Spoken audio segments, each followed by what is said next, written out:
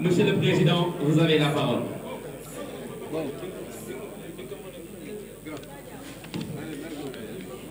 Monsieur le Président. Je tiens ça. Je tiens ça.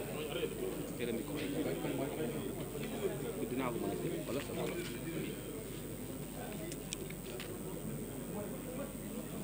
Asalaamaaleykum mbokku yi ñuy seetaan yëpp ci réew ak ci bitim réew di nuyu ñu nekk ci salle bi yëpp di nuyu kilifa diine yi kilifa aada yi nga xam ni ku nekk ci ñoom woote nga yàble di rafetlu seen taxawaay di leen ñaanal suñu borom doon leen gudd fan ak wér ba seen mission bi ñu am pour le Sénégal am ko également pour religion yi suñu borom may leen ñu mën ko ak jàmm di rafetlu la présence des différents leaders des présidentes qui sont là di commencer ci président conférence des leaders le président Habib Sy Tatoulé moo ko bu baax a baax très wax na ko xarit la confident la conseiller mais c'est un sage bi nga xam ni mënu leen mesurer li muy liggéey pour coalition bi li muy def pour Sénégal le président Malick Gakou c'est un grand frère et je confirme on a partagé des moments exceptionnels ci wetu le président Idrissa Seck bi ñu fa jógee ces relations se sont maintenues di remercier la présidente Maïmouna Bousso ku nekk xam na engagement am ci Sénégal c'est pas seulement avec Yewwi Askan Wi elle a raison xamante nañu bu baax ci Korsa wax ja ci FNL ba tey ci Yewwi Askan Wi mu doon une très très grande dame di remercier mon ami et frère personnel muy le président du parti Awalé le brillant Abdourahmane Diouf nga xam ni il a raison am na yu ñu partagé yi nga xam ni nee na mënu ko nettali mais li ngeen ci jàpp mooy c'était des moments d'expression forte de dignité qui permettent à tout un chacun de découvrir l'autre xam li nekk ci moom c'est un homme extrêmement digne di remercier mon ami mon frère le président de COS M23 Abdourahmane Sow ci taxawaayam ci biir Sénégal kenn umpalewu ko kenn du ko naatable di gërëm di sant madame Hélène Tine elle a tenu à être là léegi rek ñu ngi doon animer benn émission 2S moom it di figure emblématique ci défense ak consolidation des libertés et de la démocratie le professeur Tat qui est là on partage la conférence des leaders mu doon également kilifa bu am taxawaay mat sëkk di remercier le président Conté nga xam ni sama frère la à Saint-Louis mais nekk aussi ki nga xam ni tey kenn du ko présenté ci formation yeeg accompagnement yi muy def pour tous les jeunes leaders dans ce pays di remercier sama doyen le doyen Mamadou Goumbala nga xam ni moom yàlla def na moom it figure bu mag a mag la ci Sénégal yàgg liggéey ci démocratie yàgg liggéey ci liberté doon ku am fulla doon ku am taxawaay di remercier le professeur Djibi Diakhaté nga xam ni sama professeur la moo ma jàngal bi may nekk au lycée technique André Pétavin moo ma doon jàngal philosophie quand je faisais la série E moi je pense maintenant la série S3 di ko remercier di ko féliciter di remercier mon frère personnel Badara Kadiaga il a raison papaam di Serigne Bàcc yàlla na ko yàlla yërëm te yéexee ñu moo ñu boole te yàlla defee liggéey ba tey amul dara lu mu takk ci taxawaay boobu doon une valeur sûre pour ce pays-là doon ki nga xam ni aussi kenn du naatable fulaam ak dignité di gërëm Lamine Dianté le président Lamine Dianté di membre de la conférence des leaders am taxawaay bu wéré di gërëm ñëw fi le président Guirassy qui s'est fait représenter moom it ngeen transmettre ñu ko toute notre fierté transmettre ko suñu salutation di gërëm Serigne As Ndiéguène di suñu wóllëre di suñu kilifa ci déplacement bii mu def xam na ni xat na mais gis nañ ko ñoo ngi lay gërëm bu baax a baax di gërëm Abou Thiam nga xam ni yàlla def na dañu nekkandoo woon parti Rewmi mu doon ki nga xam ni ci commissaire di doon def liggéey bi am solo ca la bokkoon mu def ci liggéey bu mucc ayib en 2014 mais tey doon ki nga xam ni kàddoom weesu na Sénégal Afrique ak adduna bi yëpp koy déglu ci ay analyse di gërëm assistance bi yëpp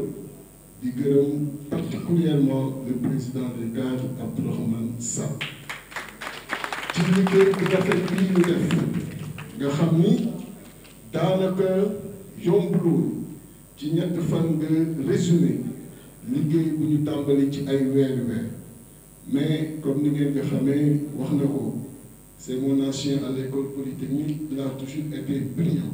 donc du mu jaaxal mu mën coordonner ses travaux ba mën a def ce rendu avec tous les cadres donc di féliciter tous les cadres du parti à travers Abdourahmane mais aussi à travers madame Diagne nga xam ni daanaka moom moo koy assister ci lépp donc ki nga xam ni madame may mu ngi sur le plan 7 ans la parité voilà elle est respectée donc bu def liggéey bu am solo di leen féliciter di féliciter SN bi yëpp programme bi dina metti ñu présenter ko fii lépp dañ koy tënk bu gaaw a gaaw xam ni lii buñ fi jógee daanu organiser ci zone yi ci réew mi yëpp ak au niveau de la diaspora ay restitution def ay audience publique nga xam ni ñun ñi dañuy ñëw ñu wax leen parlons programme parce que aussi il faut ñu yegg ci loolu mais malheureusement le président Macky Sall bàyyeewuñu tànk yooyu parce que dafa topp di dóor suñuy tànk mais tey dañu waroon nekk waxtu bi nga xam ni dañu waroon jàkkaarloo ak sénégalais yi di leen présenter moo tax dañu lancer le concept parlons programme et régulièrement dans chaque zone ñu fay dem di présenter loolu kon ci gàttal wax nañ ko ci mot bi nga xam ni moom la cadre yi résumé mooy li ñu bëgg mooy am un Sénégal bon à vivre et beau à voir. Le président Habib Sy l'a mieux dit que moi tout à l'heure avec ses formules bi nga xam ni moom rek moo détenir le secret donc très rapidement pour lire le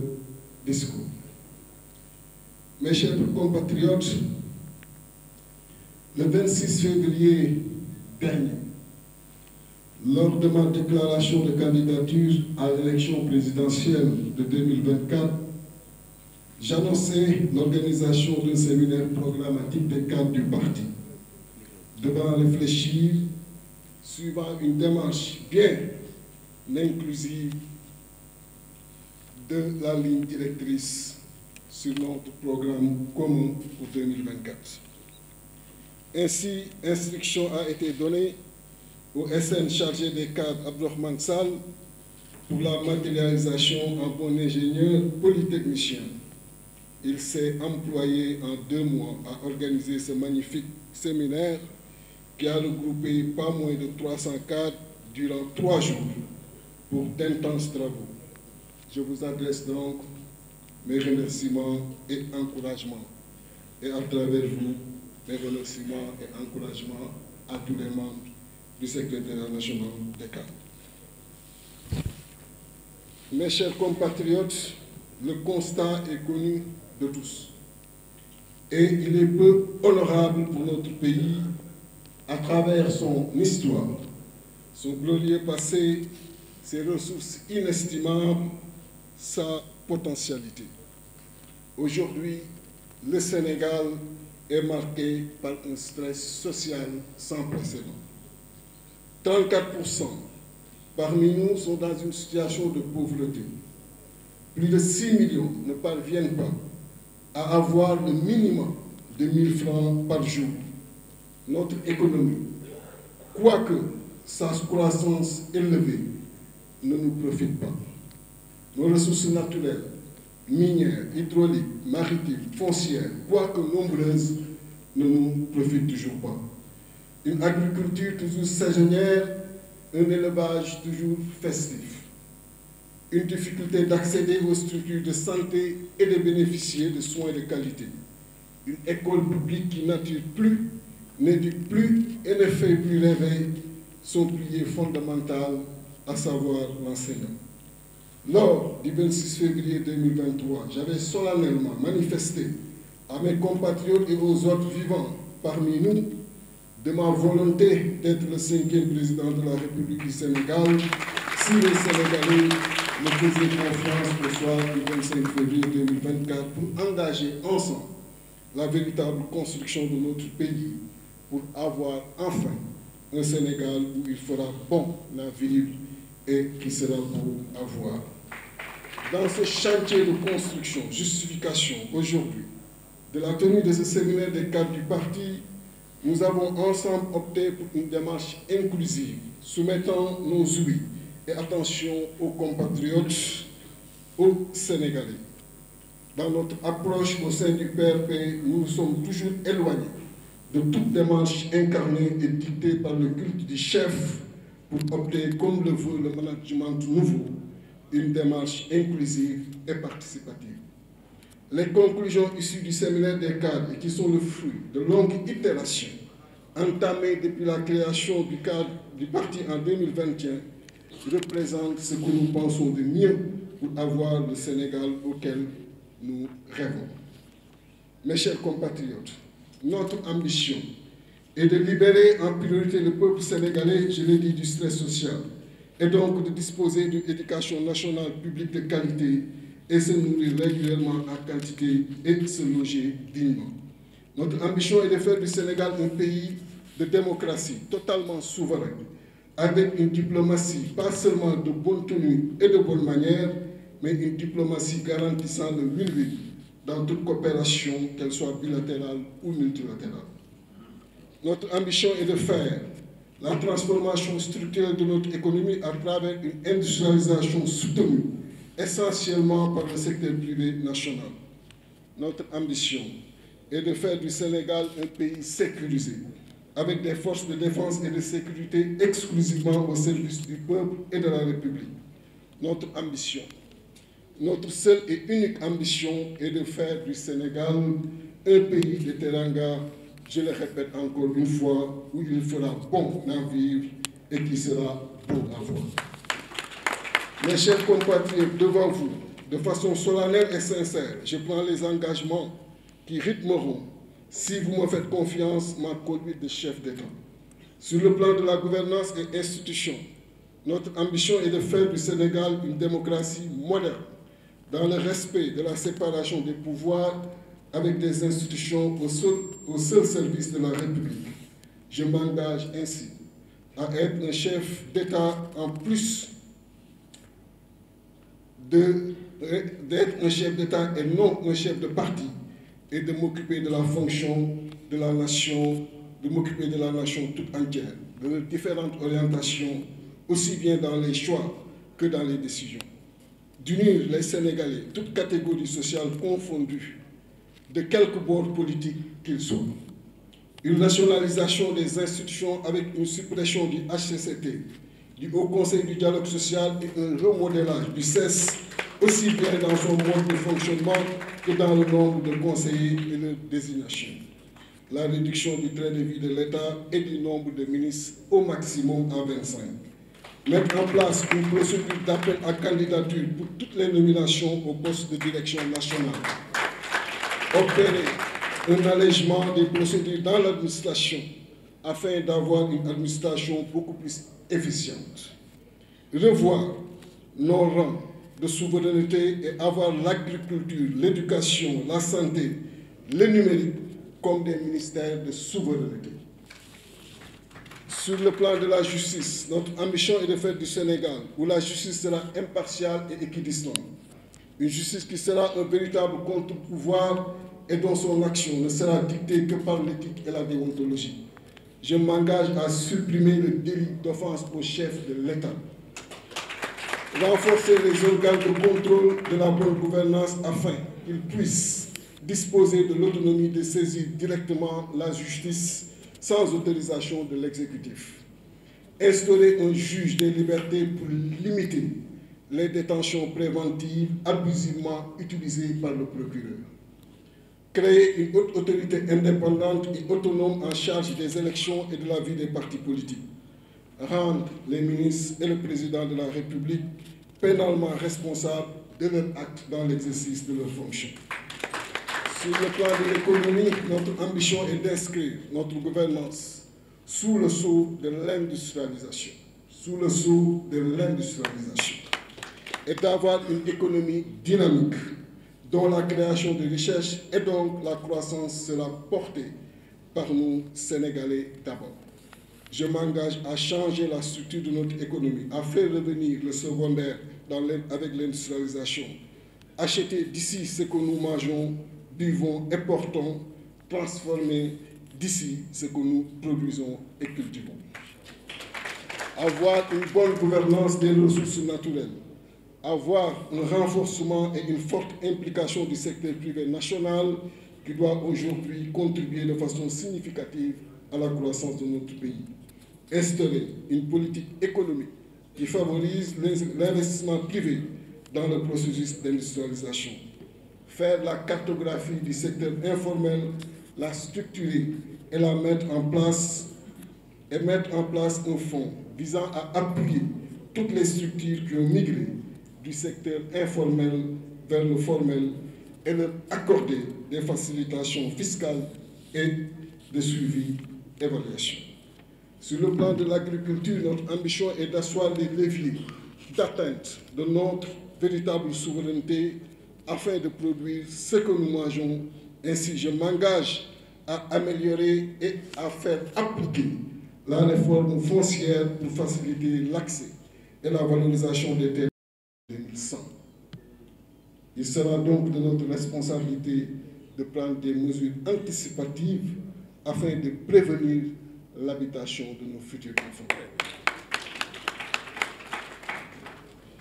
Et je m'engage à améliorer le cadre législatif et renforcer les organes de contrôle et d'inspection des bâtiments, rendre plus contraignante l'obtention de titres fonciers et cesser la délivrance de titres fonciers au secteur privé étranger. Et nous constatons que nous leur en donnons plusieurs. Promouvoir la construction en hauteur pour prévenir justement ce nombre qui va grandir et qui va rester sur la même superficie. Avec toutes les précautions sécuritaires et restructurer la SNHLM et initier à l'échelle des collectivités territoriales des programmes de logement. Sur le plan environnement, notre ambition est de faire du Sénégal un pays salubre, propre et beau à voir, un pays dont son développement sera basé sur des mécanismes de développement propres afin de protéger notre environnement, de prévenir la pollution et de participer à la lutte contre le réchauffement climatique. Je m'engage à faire de la direction de l'environnement et des établissements classés une agence de l'environnement et des établissements classés avec plus d'autorité et de prérogatives. La société civile, le Parlement prendront part au conseil d'administration. Développer une stratégie de protection et de conservation des écosystèmes à mangrove afin de favoriser la régénération de la biodiversité halieutique et une chaîne de valeur autour du marché du carbone. Initier une stratégie nationale de reboisement et de régénération de nos forêts. Arrêter et auditer toute construction sur le long du littoral et du domaine public maritime. Renforcer l'arsenal juridique de l'étude d'impact environnemental et social, mettre en place un mécanisme de prévention et de riposte aux marées noires par anticipation à l'exploitation pétrolière au large du pays. De mettre un allègement fiscal à toute entreprise qui obtient pour des efforts de réduction de l'émission de gaz à effet de serre. Mes chers compatriotes, tous ces engagements se trouvent dans notre programme et que nous nous engageons à respecter, toujours dans notre démarche inclusive. Nous vous soumettons le document en entier et de vos retours, nous consoliderons ce travail qui sera votre programme. pour l'élection présidentielle de 2024. Et sachez que dans ce document très fouillé de plus de 200 pages figurent des mesures très profondes qui vont changer de façon positive, on en est sûr, et de façon structurelle et profonde notre physionomie socio-économique. La version finale fera l'objet d'un document édité et sera mise à la disposition des Sénégalais à travers les librairies ou à travers les différents canaux d'information. Chers compatriotes, pour finir, je vous annonce également l'organisation du congrès d'investiture au mois de juillet 2024 et nous y invitons tous les Sénégalais et les Sénégalais.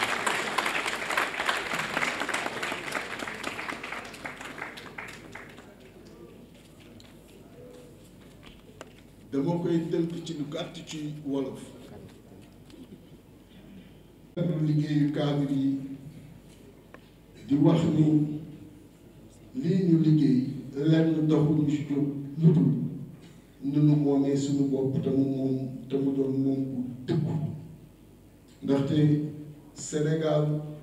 li fi am le président des cadres wax na ko léegi mooy le stress social bi nga xam ni moom ngay gis ci Sénégalais bu nekk. boo xoolee Sénégalais yi ku yàlla may nga romb ndékki yaa ngi xool nooy lijjantee añ te loolu moo ëpp ci Sénégalais kon ku mel noonu bu fekkee liggéeyu liy tax tey nga mën a mobiliser xelam ak énergie pour yóbbu ko ci grand projet yi yaa ngay wax li nga xam ni du priorité te loolu mënul am tant que li nga xam ni moom la ñuy dundee mënuñu di arrêté di ko jege mënul tey ci sa biir palais nga nekk di dundee li nga xam ni benn paysan pakistanais wala benn paysan indien moom moo ko liggéey li ngay dundee ci sa biir réew say paysan ñoo koy liggéey moo tax ñu ni il faut ñu am une agriculture pour ñu permettre non seulement ñu mën a couvrir les besoins des Sénégalais mais de nous permettre aussi yenn cherté de prix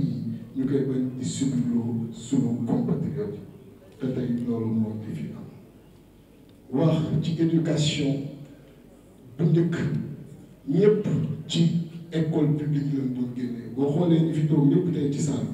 bi dina néew ku la ni sama primaire sama secondaire sama université ci école privée laa ko defee ñi ci ëpp ci école publique lañ ko defee kon fexe ba école publique mën a continuer di génne ay diplômés de qualité et pour loolu fexe ba li nga xam ni moo fay mbóot doon fa li nga xam ni mooy difficulté ñu xool ñu koy faj fexe ba enseignants yi ñu jox leen gëdd yi war fexe ba infrastructure yi ñu mën koy yokk mais mu doon également ay infrastructure de qualité ndaxte seetlu nañu tey Sénégal yi yu bëri ñoo ngi yóbbu seen doom ci privé te bu fekkee lu mu ndaw benn doom bu ne daa ko fayal 20 000 du la ci yàlla may nga am ñeent bañ juróom day commencé doon ay charge ci li nga xam ni moo ngay supporter parfaitement fexe aussi ba santé bi boo bëggee faju ak feebar bu la yàlla mën a teg nga am ay spécialistes yi nga xam ne ñoo ngi ci biir réew mi am ay plateaux médicaux de qualité yi nga xam ne mën na ko jël en charge ñu fexe ba yooyu également ñu mën ko mobiliser et loolu dina tax après nga mën a libérer les Sénégalais du stress social mën a mobiliser les énergies ci grand chantier de développement. Grand chantier de développement yi wax nañ ko léegi Sénégal dafa xam ndaxte Sénégal dafa ñëw fekk si Sénégalais yi dañoo ñëw ñëpp concentré wu ci biir Dakar. Dakar 543 kilomètres carrés la di 0,3% de la superficie di recevoir le plus du quart de la population en 80% de l'activité économique 70% des véhicules immatriculés di recevoir 1200 camions par jour.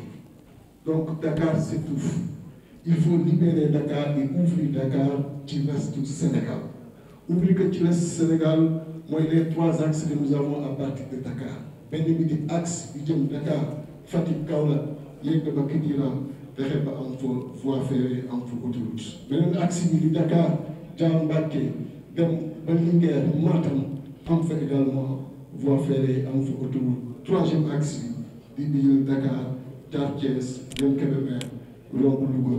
jëm Saint-Louis nga am fa la même chose.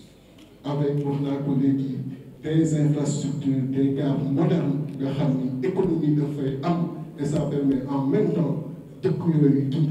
exode rural bi nga mën ko bloquer et ça permet aujourd'hui lii xew Sénégal mën a tàkk fexe aussi ñuy suuraale lépp lu ñuy def la responsabilité ci génération yi nga xam ne ñoo ñëw suba ndaxte Sénégal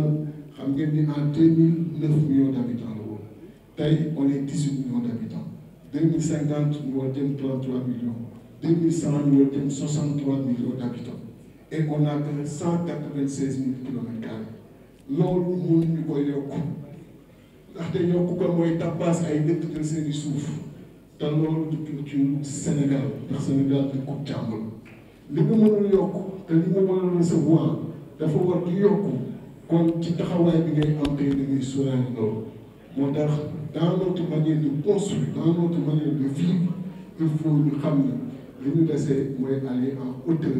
pour que suba ñooñu ñu mën leen sóoraale parce que bu ñu demee balaa 3 000 bu ko fekkee ci même superficie bi lay aussi Sénégalais yooyu di ñëw war a dëkk wax ni ci diplomatie ci tënk du diplomatie bi nga xam ni toogaay bi rafet na waxin bi jekk loolu mooy li ñu tubaab yi mos naxe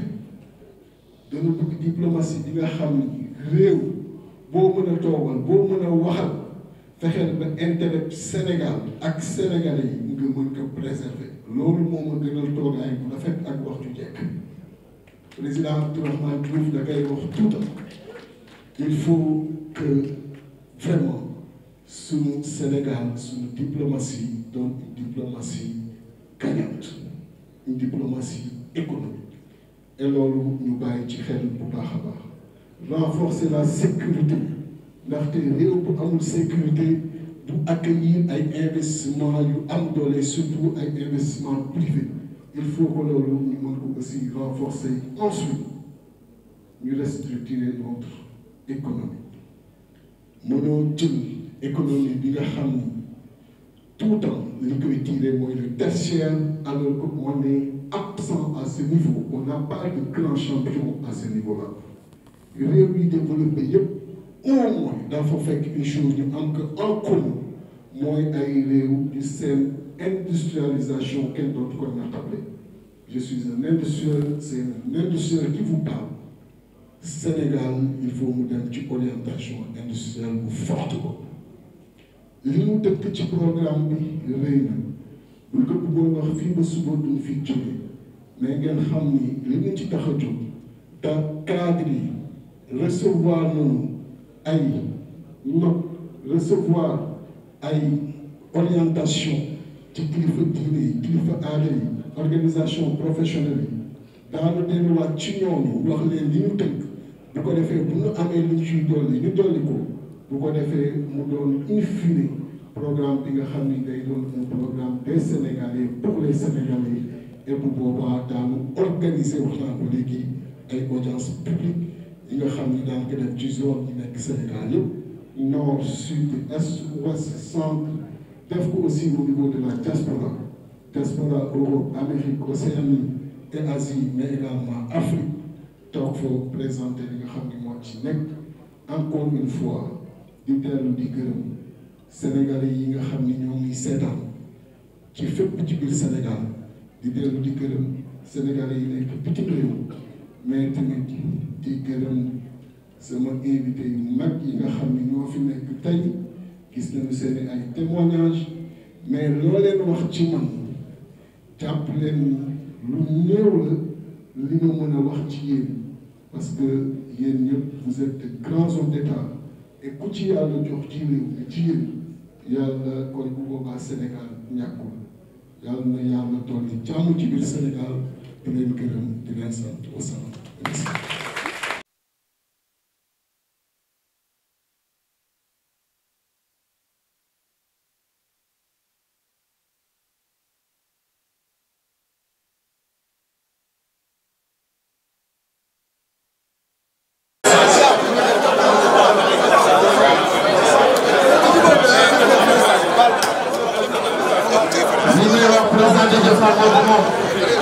Président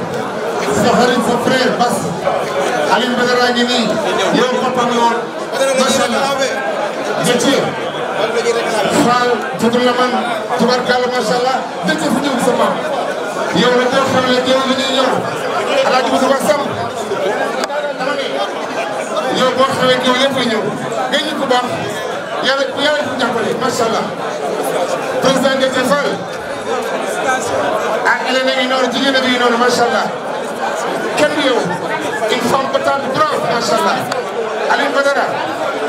Badara Gadiaga yow tu es mon frère nit ku baax nit ku yàlla baax Badou Gadiaga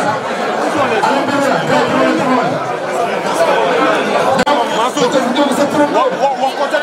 kay président Déthié géwél yaa ngi nii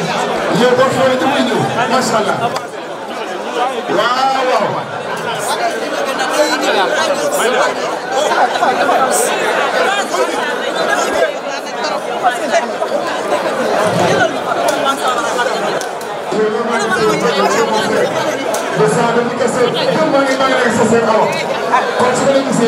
nga engagé